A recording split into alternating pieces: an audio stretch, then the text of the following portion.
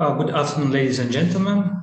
Solar Capital is a partner of Moscow Exchange Forum 2021, and we are now hosting virtual investor meetings. Welcome to the conference call with MD Medical Group, presented by Head of IR Dmitry Yakushkin and IR Manager Elena Ivleva. Now we're ready to start, and I pass the floor to the Dmitry. Okay, hello, Leonid. Thanks very much for your introductions. Thanks for the invitation. We're going to talk about MD Medical Group.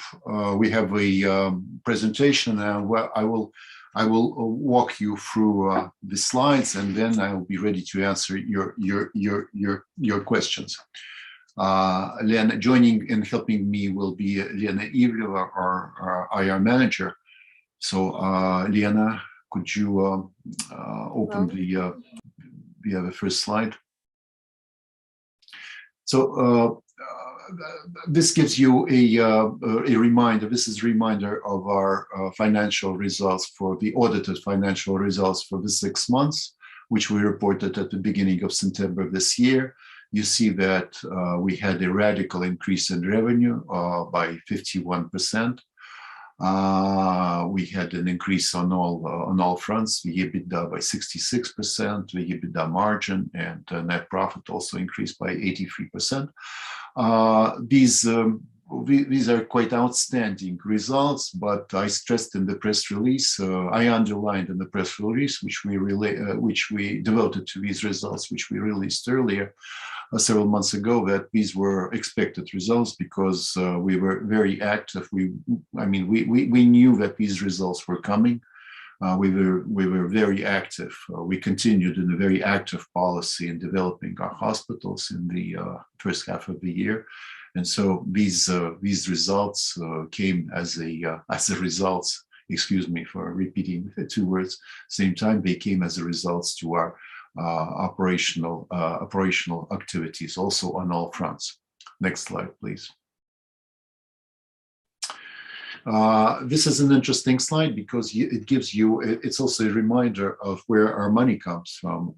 Well, if you look at the right top corner, you will see a pie, which where I would like to draw your attention to the number 51%. 51% of our revenue comes from what we call new, relatively new, because they have existed already for some years, but they enjoyed a very rapid development in the recent years. New areas of medical healthcare, compared to what we call traditional or classical areas. You know that this company started as a private maternity and gradually developed everything which was linked with children's health, IVF, deliveries, pediatrics. This is what we call the traditional or classical areas of our medical expertise. And then we started enlarging our services, and we started with cardiology, with various kinds of surgery, and then we developed traumatology. And last but not least, and this is a development, I will talk more in detail about this, is what we call, not what we call, but oncology. And therapy is, in English, is not the correct word. It's internal medicine. It's just in Russian. It sounds like therapy. And by internal medicine, we mean an area where we treat patients contaminated by COVID. So all these new areas give us 51%, stand for 51% of our revenue. If you compare this first half year with the first half year, the first 6 months of 2020, you will see that for that period, these areas of medical care constituted 42%. And if you would even look backward, look into how we developed in 2016, 2017, you will see that these areas constituted like around 20% of our total revenue, which shows you that we not only do we proclaim, but we are actually developing actively these new areas, and we are truly a multifunctional company. Our hospitals are multifunctional today. Also, as a reminder, in the two pies on the right side, in the two pies beneath the big pie on the right corner of the slide show you where revenue comes from. So Moscow and the Moscow region attributes for more than 60% of our revenue, and individuals constitute 70 payments by individuals. That means payments out of the pockets constitute 77%. MHI, that means mandatory health insurance. That means medical services financed by the state, constitutes 16%. And on the left corner, you see what contributed the most to our revenue in the 6 months of this year. And I already told you about oncology. You see oncology, therapy, again, internal medicine, surgery, cardiology, laboratory examinations. All this contributed to increase our revenue. These were the areas with the most rapid growth. Next slide, please. We reported on 1st of November, we reported results for the 9 months of this year. And I would like to draw your attention on all operational fronts. On our 4 major operational fronts, we saw growth, and especially what we enjoy the most because it's significant. We saw growth in the area of deliveries, because the demographic trend in Russia considers to be downward. In fact, that on this with this background, we increased deliveries, and especially we increased deliveries. Our Moscow hospitals, our 2 Moscow hospitals, increased the deliveries by 77%, and the average check in the Moscow hospitals is significantly bigger than in the regional hospitals. That also shows that we, as a institution, as a medical institution, are in demand. We are trusted, and people come to give birth at our centers. Also, I would like to point out that our 2 new hospitals, relatively new, the first in Samara, hospital in Samara, launched a couple of years ago, and then after that we had the launch of another new hospital in Tumen. They consecutively they gave 51% and 38% in terms of an increase in deliveries, and this shows you that this is also a sign that utilization is increasing in our new medical centers, and I will talk about this. I will talk about this a little bit later, but one of the drivers for future growth is the increase. Where do we see the basis for future growth? That's increase of utilizations of our existing facilities. Next slide, please.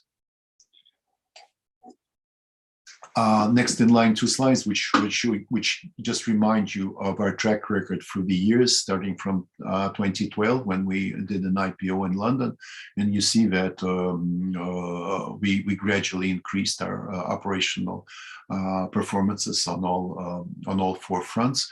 We saw a drop in IVF cycles and outpatient treatments last year because our IVF, our clinics were closed. People were reluctant to leave at the beginning and in the middle of the pandemic.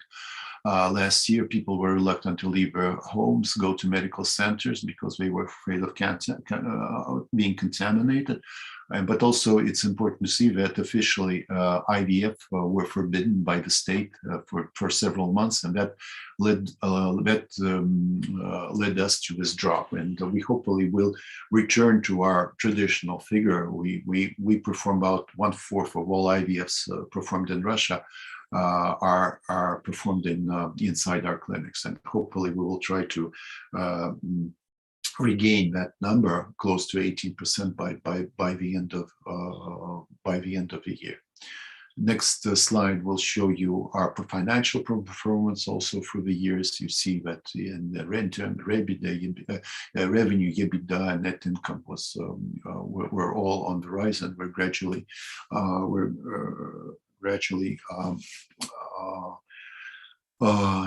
decreasing our net debt. Next slide, please. Next slide shows you, this slide is devoted to a specific area which we started developing, especially actively with the opening of our Lapina 2 hospital. And you see on the graph here how Lapina Hospital contributed to the revenue from the oncology sector.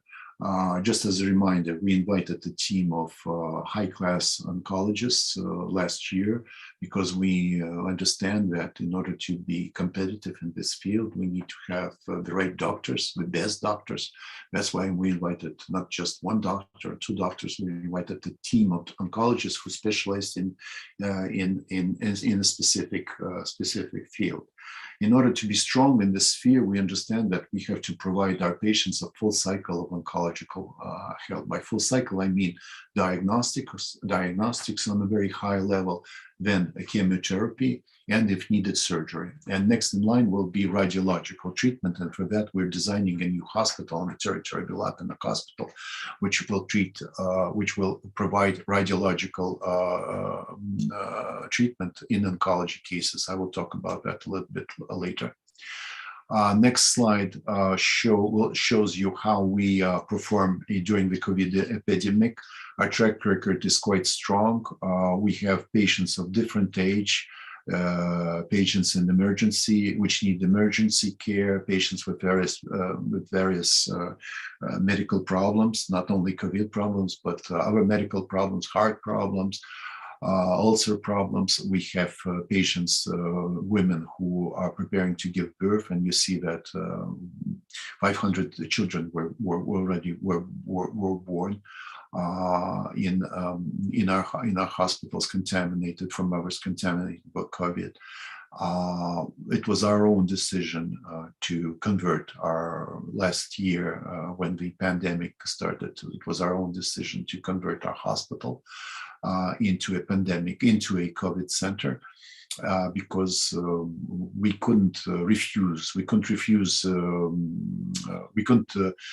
brush away our patients who came to us. They needed anti-COVID treatment, and we just couldn't say that, okay, we don't have this service, just go next door. So since then, we opened a new hospital designed especially for COVID patients. That's the Lapina 4 hospital. It's absolutely full today. It's practically saturated. There was a small pause in the inflow of patients somewhere at the end of spring, beginning of summer, and then it started regaining again. So it started returning to its full, practically 100 or 100 plus capacity. And today it's absolutely full. And taking into account our expertise and taking into account the need for such a specialized center, a privately owned, privately managed center, we're opening 2 new centers in St. Petersburg and in Tyumen. That's also new news, and I'll talk about that just in a couple of minutes. Next in line will be a slide of our track record in dividend payment. For several times we have been paying, we're consistently paying 50% of our net profit, and we are aiming to continue with that. Our cash flow permits us to pay out regular payout dividends and also finance our quite serious capital expenditure program designed for 21-24. This part of the presentation shows you our plans. Our plans. This is a reminder where we are. We operate in 25 regions. We employed more than 9,000 people, practically almost 9,000 people. We have eight hospitals. So just as a reminder, the two hospitals on the grounds of the Lapina Hospital, Lapina 2 and Lapina 4, we count them today as independent hospital because they're practically autonomous compared to the Lapina 1 hospital. And so, I mean, for those who used to say that, who were familiar with the figure, with the number 6 hospitals, this is a reminder that practically we have eight separate units. So that means 4 hospitals in Moscow region and 4 hospitals in major cities of Russia: Novosibirsk, Ufa, Tyumen, and Samara. And these hospitals, they operate as hubs surrounded by clinics, and they receive patients. They receive a constant flow of patients from our clinics. Next slide, please. Our track record, our development track record. So this year, we expect to finish constructing 2 hospitals. COVID hospitals. Initially, they will be as COVID centers in St. Petersburg. Lahta is an area on the coast of on the Finnish coast, on the coast of the Finnish Sound in St. Petersburg, and Tyumen 2 is located separated from the initial Tyumen 1 hospital, but located on the grounds of the Tyumen Medical Hospital. So these hospitals will treat only COVID patients. Next in line will be Lapina 5, Domodedovo, Lapina 3. I will talk about it later. And also we have plans for opening outpatient clinics. Here you see a list of cities in the European part of Russia and in the Ural Mountains. The capital of the Ural Mountains is Yekaterinburg, a 3rd major city in Russia, and two clinics in either on the outskirts of Moscow or formerly in Moscow, but on the outskirts of the Ring Road. I mean Mytishi and Butovo. Next in line. Next slide, please, Lena. Here, I would like to draw your attention to the fact that we are actively developing clinical research because as a serious medical institution, we have to develop that field. That's absolutely a necessary element of our reputation and of medical need also. And we're also opening a medical institute, a medical faculty, because we understand that people are the key to success. We need our own school, we need our own people, because we're expanding, we're opening new facilities, new hospitals, and we need to train our own people. So that's why we, with GIMO, which is a major institution, educational facility, as a joint venture with GIMO, they don't have a medical faculty. We're opening a joint venture with them, medical institute, which will be located near Lapina, but eventually it will be located on the Lapina grounds, and will be called GIMO Med. Next, please. Drivers of our future development. We will ramp up our utilization. I already pointed to you how the figures in the performance in the area of deliveries shows you a successful ramp up of utilization in the new hospitals in Tyumen and Samara. We will also, another driver of future growth is the increase of average check, but not by pricing, of course, but adding more specialized, more expensive, more services. So each individual patient, when he comes to the hospital, to the clinic, he will get a variety. He will get another level of offering of services. Of course, improving efficiency, That's a constant, let's say, a constant priority for our management team. And also, we're thinking about M&A, always looking for a good acquisition which will contribute to our story. In the past, we had several, and all our acquisitions are stories of success. Next, please. Talking about utilization, this is an interesting slide. On the left, and on the left column, you see our four performance operating indicators. Then two columns which show you first half of 20 compared to the first half of 21. On the bottom of each column are the capacities in the Moscow area. That means 2 hospitals and around 10 clinics, which we have in Moscow and in the Moscow region.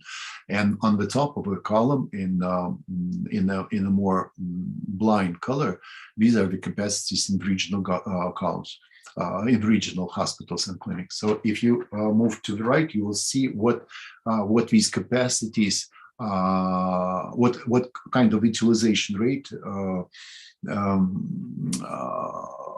what kind of corresponds to these capacities. And you see, if you look at the numbers, you see that there's room for improving utilization rate. So our operational performance are already high today, and you see that we are constantly increasing them. But if you look at the utilization rate as today, you see that there's room for development. Though it's, well, if you look at the inpatient days, yes, it's 70% in the Moscow area, but still there's room. It's very high, of course, but still there's room to increase. And that's one of the drivers of future growth for us. Just as the next slide will show you, Len, next slide, please. How we expect to increase the average check. Either by adding new services, either by increasing more VIP clients, increasing by VIP contracts or more expensive contracts, but always increasing the range of specialities and types of services and types of diagnostics. So that's also a second important driver of future growth. This slide shows you where we are today and where we expect to be in 3 years. So increasing the number of facilities, increasing the total area, increasing the number of regions, increasing where we operate, and increasing the number of employees. All this will be thanks to the capital expenditure program, which constitutes today, stands for 12 billion rubles. And we started spending that money already. At the end of August, we started construction of the 2 main. Next slide, please, Elena, probably. Yes, here you see the 2 hospitals which we plan to finish construction by the end of this year. And we expect to receive the first patients shortly after, in the beginning of right after New Year. Now, these 2 hospitals, they are COVID centers. There's a high demand in both cities, in St. Petersburg and Tyumen, for private medical facilities which will treat COVID patients. The pandemic, we're experiencing a 4th wave of the pandemic today. In both cities, there's a high demand for that. And we expect these, just as Lapinov 4, which we launched on the 1st of February this year, we expect these 2 hospitals to be full, to operate at a full capacity quite shortly. Next in line, and these 3 hospitals are in various preparation stage. Lapina-free, a radiological center. And by launching Lapina-free, we will have this full cycle of oncological care. I remind you what I talked about a little bit a couple of minutes earlier. By full cycle, I mean diagnostic, chemotherapy, surgery, and radiological treatment in case it's necessary. This will be a separate building. It has limitation and certain requirements because it will house radioactive material. So this needs extra preparation. And this needs more paperwork and more licensing, etc. But this is a necessary addition to our to the oncological service which we already have today. Lapina 5, also building located on the grounds of the Lapina Medical Complex, will be a psychoneurological center and in a way a gerontological center, because we experience the following demand. We see that a lot of our patients, they have either their parents or their grandparents or even great-grandparents in need of who have problems linked with the fact that they are people of a certain age, but at the same time they have specific medical problems. And of course, even if you provide at your home a well-organized, disciplined, and a very high quality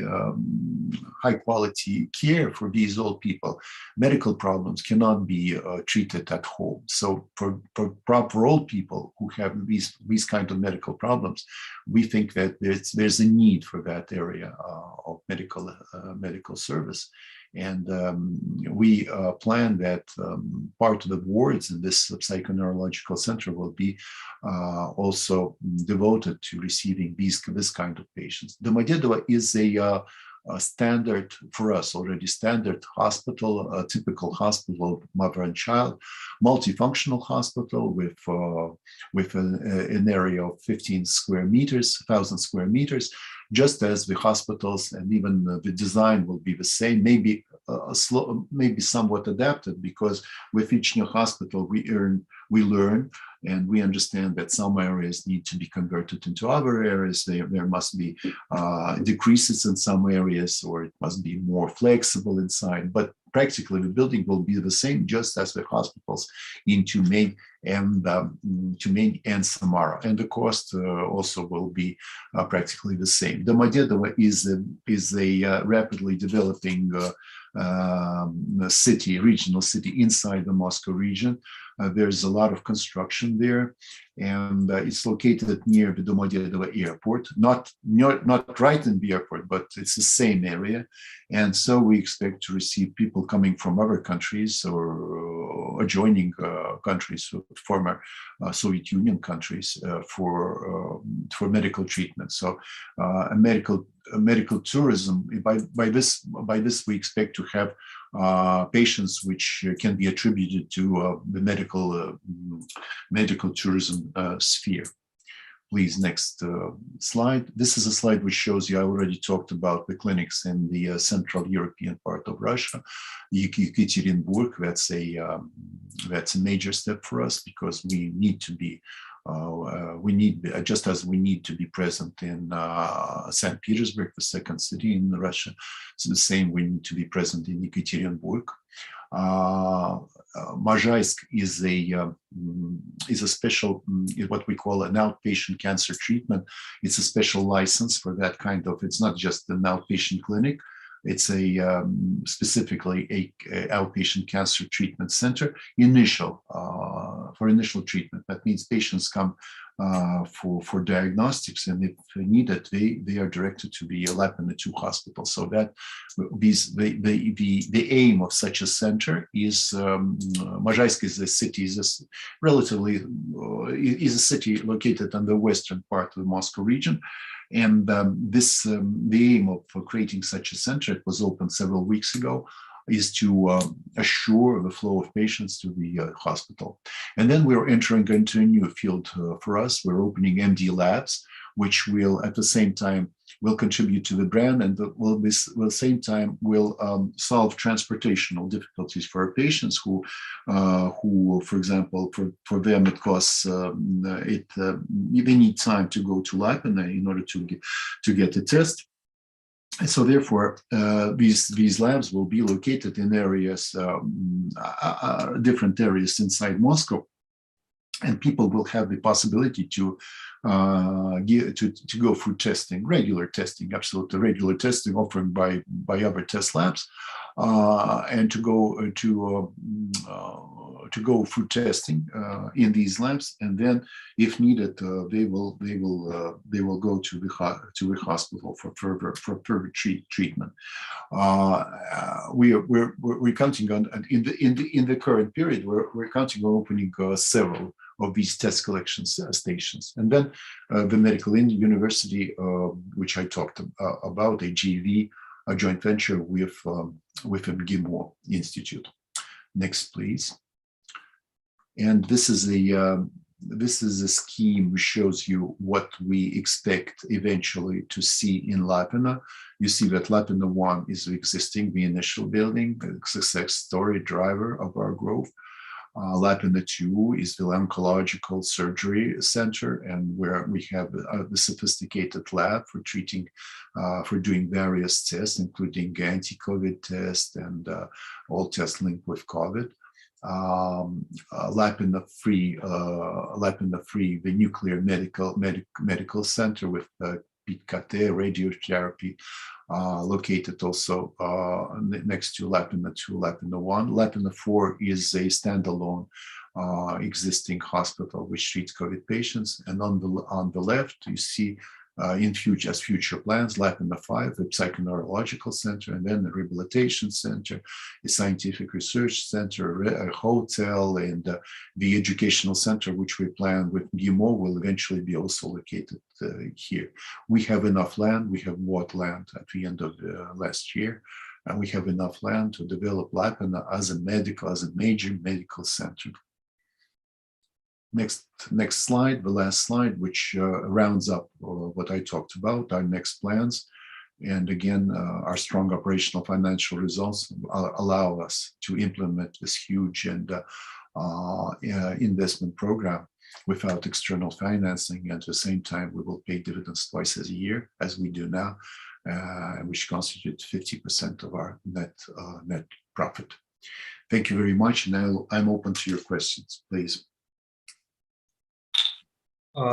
Thank you, Dmitry and Lena, for such informative presentation. And we have first two questions from the audience.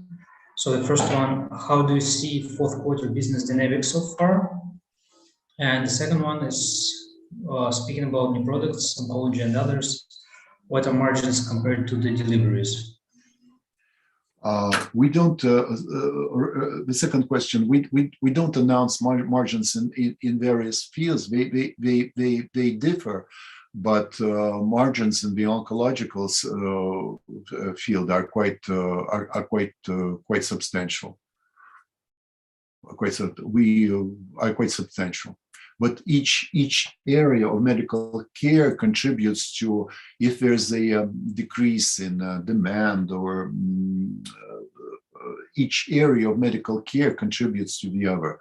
So we cannot exclude one thing and concentrate on another. You see, when a regular patient comes to us, he has the right and the need, and we offer him that.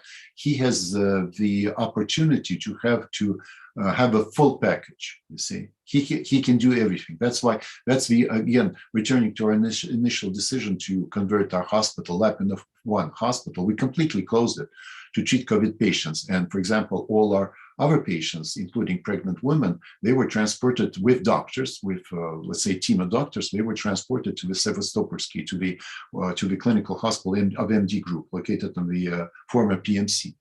That was our decision, because we couldn't brush away. We couldn't say no to patients. We need to have everything on a very high level. So this is our philosophy. Leonid, the first question, could you, there was a question about the fourth quarter, or did I understand? Yes, what's quarter to date performance so far? we announced. Yeah. We announced, if I understand you correctly, we announced results for the 9 months, and all performance indicators, there's an increase, and our revenue, non-audited revenue, increased by 43%. So we're yes, Dmitry, and as for the fourth quarter, which is right now, is there any dynamics? Can you speak about this? We don't give forward-looking statements, but I mean everything is stable. The 9 months show you that we continue stably developing, as in the first half of the year. Okay, thank you. And the audience, please do not hesitate to ask the questions. If you want to ask a question, you can either raise your hand and we will mute you, or you can write the question in the chat. So I would like to ask another question. Dmitry, could you please, you already provided the clear guidance for 2024 in terms of CapEx and capital intensive projects where you will invest.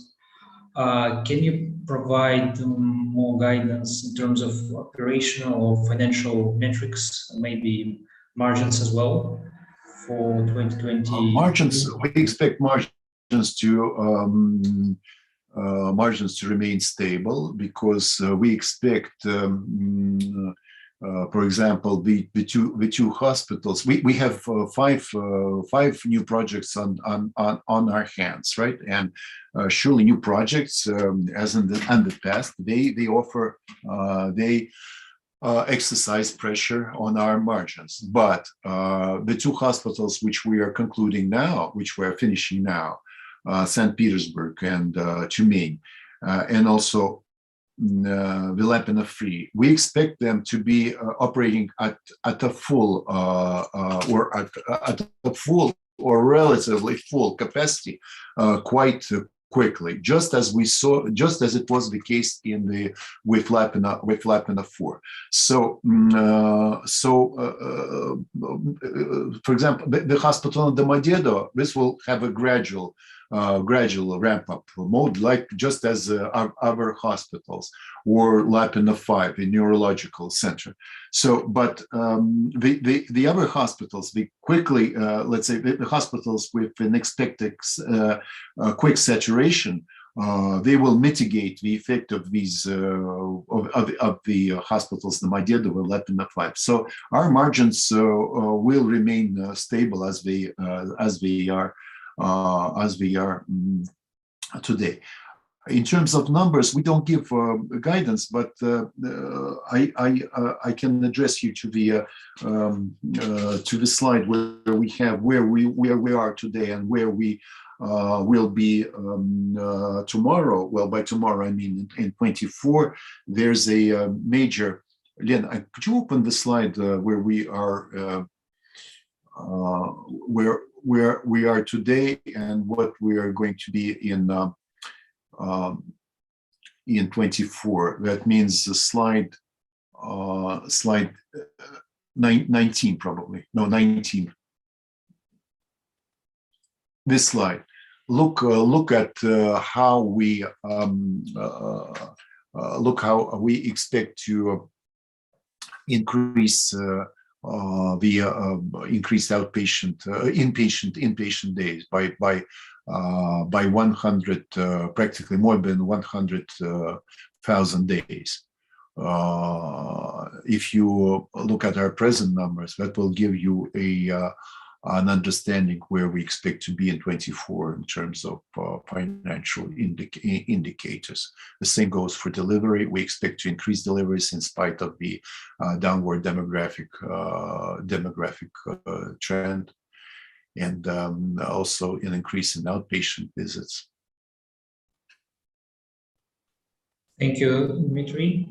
And in terms of potential risks, do you see any competition for all your activities except the deliveries?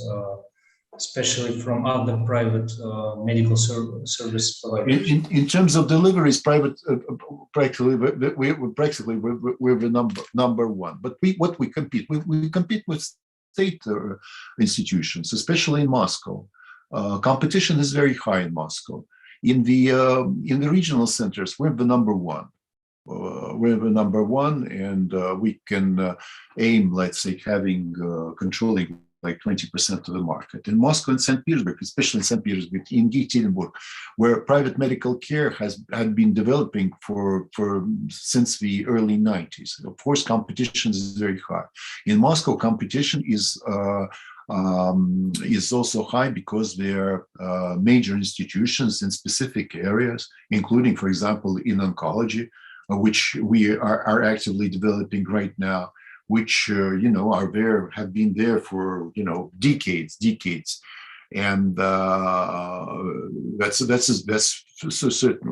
That's why we cannot just organize a service. If we organize something, we need it to be the number one service in order to be competitive.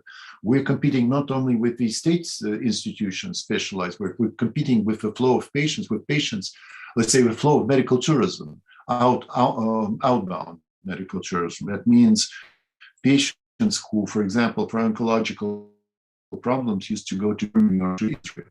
We need to provide the same level of service, for example, in chemotherapy, for them to be certain that if they will not leave the country, they will get the same amount, the same quality of medical care. And also in Moscow, competition is quite harsh because the state, especially the Moscow government, has invested a lot of money in outpatient clinics and in maternities also. So that's also a factor taking as a background all that, the fact that in Moscow we increased by 7% the number of deliveries, and we're not cheap, right? We're expensive. Our average check in Moscow is quite expensive, average check, and the fact that we managed to increase by 7% the number of deliveries in Moscow, that's quite an important a signal that shows you that what our product is. Thank you. And speaking about your joint venture with MGMO, how are you going to capitalize on it? Are you going to hire all the students after they graduate, or what's? We have not seen the first year. But the idea is that we have to have students of our own who will be, let's say, mentally, even geographically linked with the Lapina complex. I mean, if everything goes as planned and the institute will be located on the Lapina grounds, that means they will have access to medical expertise right inside right next door. And again, the human factor is a very important factor for our success story. We need strong people, and only we understand where these strong people can come from, because our doctors, our performing doctors, can share their expertise already with the students. That's a very important thing. And speaking about the current personnel, are there do they speak English? For example, if foreign clients come to one of the hospitals, foreign clients, there are some, but not too many. We used to have clients from other countries, like from Kazakhstan, Uzbekistan, coming to, for example, to Samara Hospital. It's close by. It's convenient. We have some patients, but it's not a major part of our patient portfolio. Thank you. We have another question from the audience. Beyond 2024, will you likely continue setting up full-scale hospitals across Russian regions? If so, what are the most likely cities that you will target? And also, what are the economics of the MD lab business? MD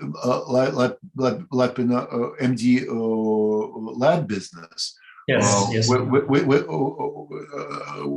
We don't expect to lose money, but we expect to increase brand awareness, and we expect to to increase the flow of patients and to make them convenient to be regular and devoted patients of our LAPN or MD clinical hospital facilities. We come to them, right? We come near home.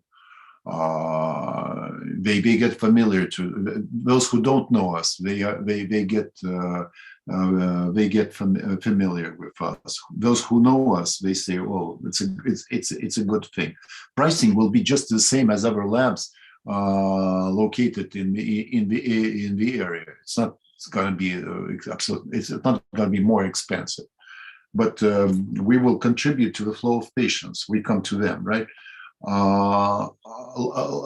Choosing a city for the next hospital. Well, Domodedovo is a rapidly developing city, a large construction there, and quite affluent people around Domodedovo. There are a lot of you can, in a way, because Lapin is convenient, but it's located in the west part of the Moscow, and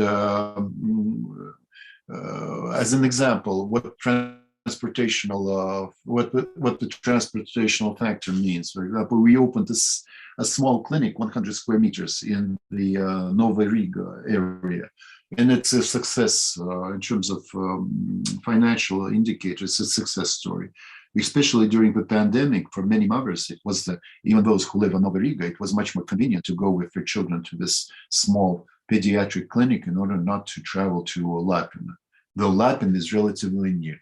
When we open a hospital in Domodedovo, that will serve people who live in the southeast of the Moscow region and live there permanently.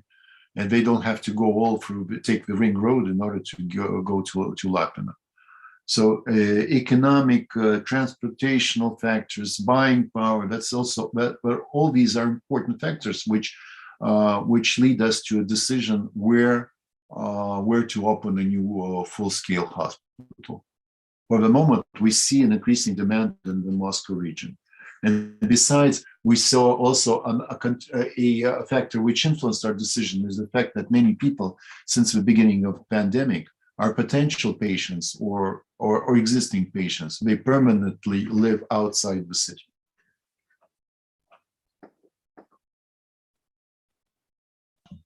Thank you, Dmitry. Okay. We have 10 minutes left, so maybe we can take one more question. Yes. If we have one.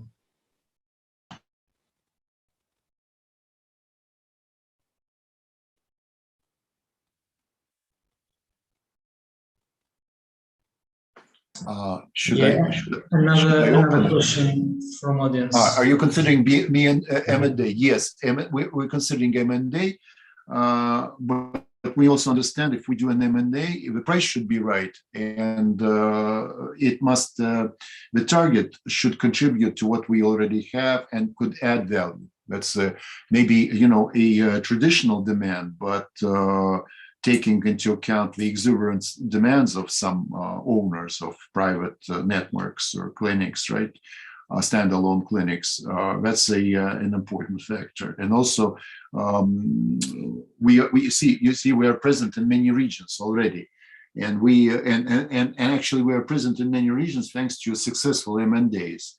For example, we did the two M&As where we bought networks already with a high reputation, one in Samara and the other in the Eastern Siberia area.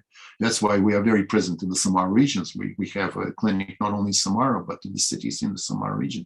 And in Eastern Siberia, we have a clinic in Barnaul, Omsk, Krasnoyarsk. That also a result of an acquisition in Novokuznetsk. So if we see such a offer, such a possibility that something will contribute, will add value, will increase our geography presence, and in order not to build something on our own, of course, we're constantly looking on the lookout for that. A clinic inside Moscow will also be a good addition, by the way. Inside Moscow, I mean, it's in the center of Moscow, inside the ring road.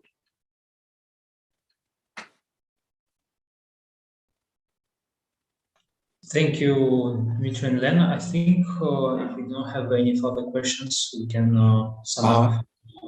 Leonid, thanks very much. Thanks for the invitation. We're always, you know our emails, so we're always open to your questions. And I will return on some questions later on. Thank you. Thank you. Have a good day. Thank you. Thank you. You Thank too. you. Bye. Да, спасибо.